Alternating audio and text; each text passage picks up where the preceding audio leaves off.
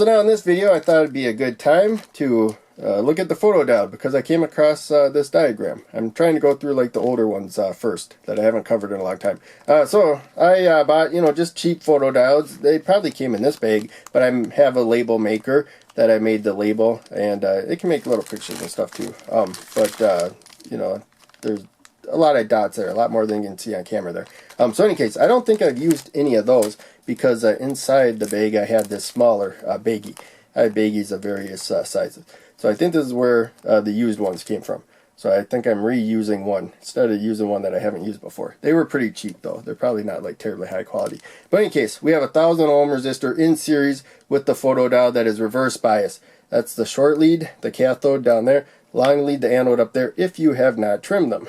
And I don't know if there's an edge on here or not. A lot of times there's an edge where the cathode should be. But in any case, we have kind of a current source here. So as we're going to see, it's not perfect. It does vary a little bit with voltage. But for the most part, however much light is falling on it, however many photons are hitting it, pretty much sets how much current can flow through it. Now that's how much current can flow through it. It's not like a little solar cell.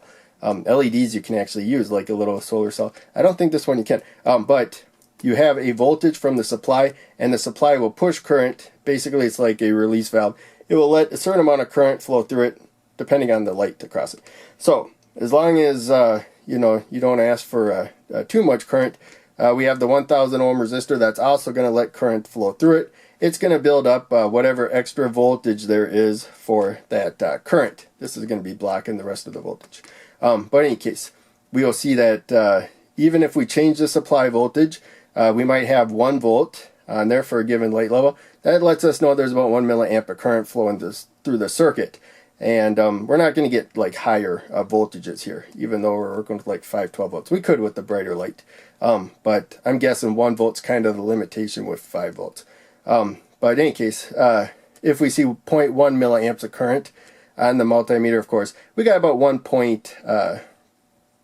if we see 0.1 volt, I mean, right here, then, in relationship to ground, then we probably have about 0.1 milliamps of current flowing through there. So I got the multimeter. It's one I used a lot. I'll just kind of run through. It's auto ranging. I just have to set it for V for voltage, and it has the range that automatically pops up. Of course, it takes a little while to find the range, so it's not as fast as one if you could set it. If it's one where you can adjust it to a certain number, you set it to the number that's close to the same voltage you're going to measure, but higher, and then it will make a faster reading than these auto ranging ones, which take the voltage and then start adjusting how it's going to look on the display. But in case we have 5 volts at the supply, that's not actually what I meant to do. And I don't know, something might be kind of loose right there. There we go. That looks like it's locked into place pretty good. And now we're going to come to where the resistor is. We're measuring the voltage across the resistor. So at this light level, there's probably about 1.5 milliamps of current that the photodiode is letting flow through. Of course, it's in series with the 1000 ohm resistor. Current is the same through series components right there. And it should be the photodiode basically setting all of the current. I'm just going to jump this up to, let's work our way up, because it does change a little bit as I increase the voltage. So you can see the supply voltage went up. That one went up a little bit, and I think it might keep going up a little bit as the photodiode warms up or something. It's got that voltage across it. It's got current going through it. So it's going to get warmer. It's got wattage. It looks like it probably conducts a little bit better when it's warmer. But there we go. We more than doubled the voltage, about 1 or 2 and a half almost times as much as it was before. And the voltage of the output there is not that much higher. It's a little bit higher, I think like 10% higher, something like that. But in any case, we showed that voltage change. Now, that's the lamp at the brightest setting. I'm going to dim it, and there we go. Now it's at the dimmest setting. This camera automatically adjusts, so you may not have noticed a big difference on there, but there's quite a bit of difference in actuality. And yeah, we went from 12 volts down to 5 volts. So again, it's changing slightly. Maybe a lot of that's to do with the component cooling down.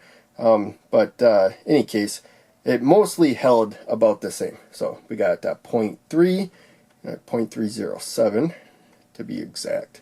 and then now we got 0.337. So I think that's like a 10% difference, it looks like, if you raise the voltage by about 200, I don't know what that is, like 25%, 250%, something like that.